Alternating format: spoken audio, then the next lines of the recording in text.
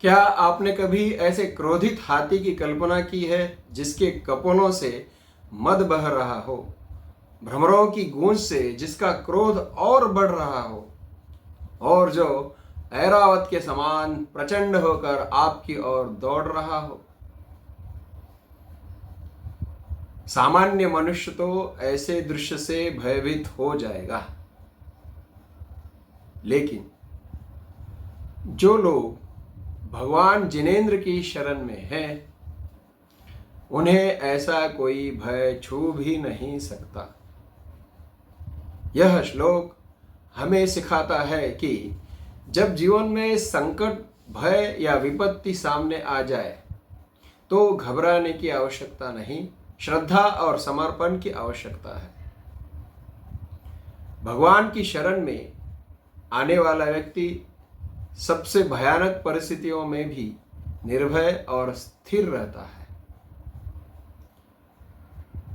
सच्ची भक्ति हमें हर भय से मुक्त कर देती है। ईश्वर की शरण ही सबसे बड़ी सुरक्षा है।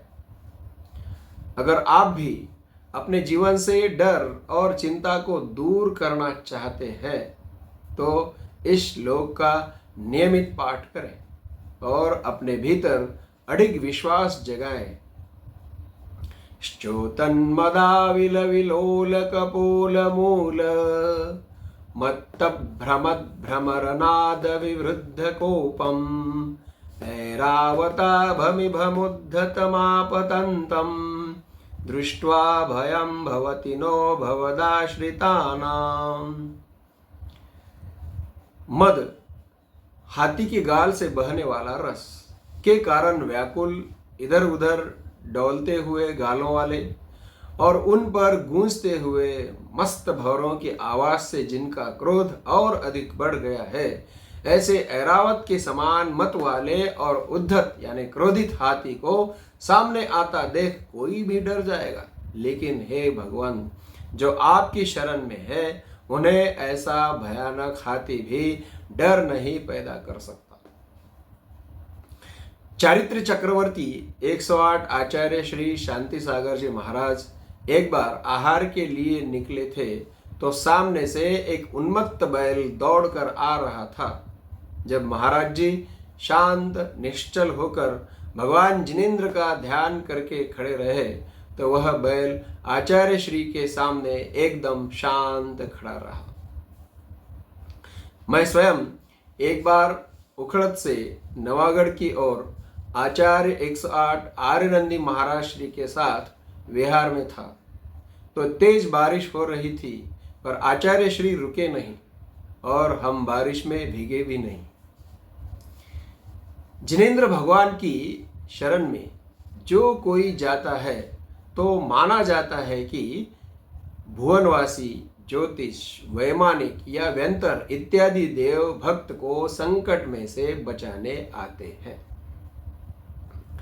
सबसे महत्वपूर्ण बात तो यह है कि जिसे जिनेंद्र भगवान पर दृढ़ श्रद्धा हो गई, उसे अपने पर यानी अपने आत्मा पर दृढ़ श्रद्धा हो गई।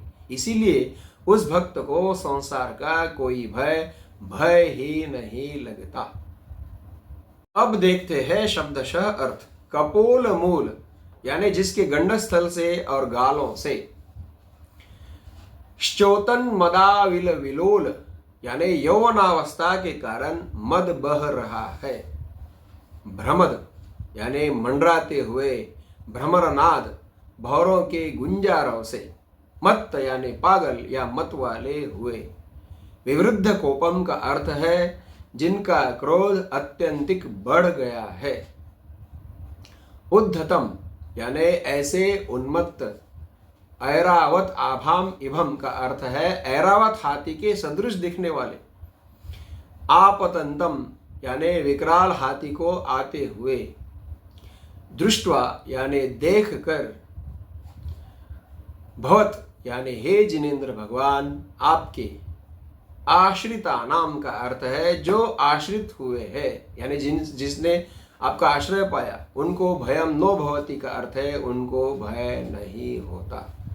तो सारांश यह हुआ कि जो जिनेंद्र भगवान के आश्रय में संपूर्ण भक्ति भाव से रहता है तो वह भक्त पूर्ण रूप से संयमित, स्थिर, शांत होता है। इसीलिए उसको संसार का कोई भी भय लगता ही नहीं।